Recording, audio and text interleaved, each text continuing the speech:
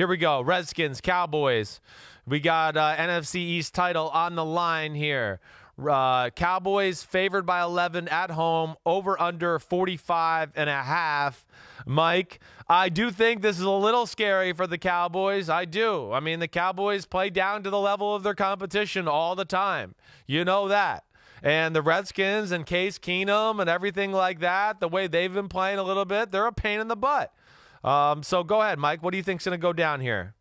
Well, it's not with the NFC East title on the line because the Cowboys still need the Eagles to lose in a separate game that's going to be played at the same time to have a chance to win it. I think the Cowboys will take care of their business. We saw them early in the year mop up the floor with inferior teams. There's a lot riding on it. This is Jason Garrett's last home game, possibly last game ever as coach of the Cowboys if the Eagles do indeed win. I think the Cowboys will win the game. I've got it Dallas 30, Washington 17. The Cowboys are the better team, but you know what? They're the better team almost every week. They just don't win.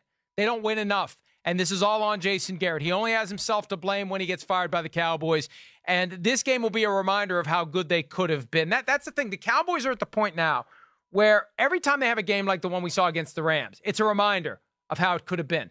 Today's game or Sunday's game, it's a reminder of how it could have been. And they've failed to live up to their potential, and it's all on the coaching staff. And I just think it underscores the reality that Jason Garrett and other members of that staff are going to be gone when the season ends. Yeah, I fully expect them to win the game too. I don't think it's going to be easy. I think the Redskins will keep this game close. The Redskins have been playing pretty good football. You know, first off, Dak Prescott not throwing again this week. I mean, he didn't make me feel warm and cozy with the performance he had last week with not throwing prior to that game. So that's a little scary. Amari Cooper is obviously not himself. And the Redskins defense, you know, yeah, it got torn up last week. They messed up some assignments and let some people open.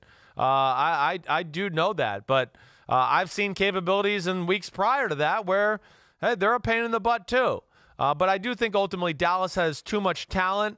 You know, Redskins, Case Keenum starting, you know, I think that actually is probably a benefit to the Redskins a little bit of an older guy, mature on the road in this kind of scenario. I think that could be a little bit of a pain in the butt for the Dallas Cowboys.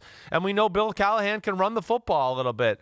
But ultimately, yeah, I think there's too much talent and too much riding on the line for the Dallas Cowboys. I'm going to go Cowboys 24-20. I think the Redskins will hang around and make this interesting because of what you said, the coaching. Dallas is just too simple. There's no other way to say it. Here's something for you, Mike. I mean, this is what I can't believe I'm saying. You know, there's Dallas again. You've heard me talk about it. Offense has been better this year, right? Definitely been better. Defense, they do the same two defenses. Drives me crazy. You know what they did last week in the Eagles game that drove me crazy? Not one motion, not one shift. All of a sudden, they went back to like, I don't know what the hell's going on there. So that bothered me. You know what it is? Yeah. You know what it is? It's Jason Garrett saying, if I'm going down, I'm going down my way. Maybe. That's what it is. You might be right. You might be right. But it went back to that, and it amounted to 9 points on the road to an Eagles defense who gave up, 27 the week before to Dwayne Haskins and the Redskins? So they scare me, the Cowboys. I think they win the game, but not by a lot, 24-20.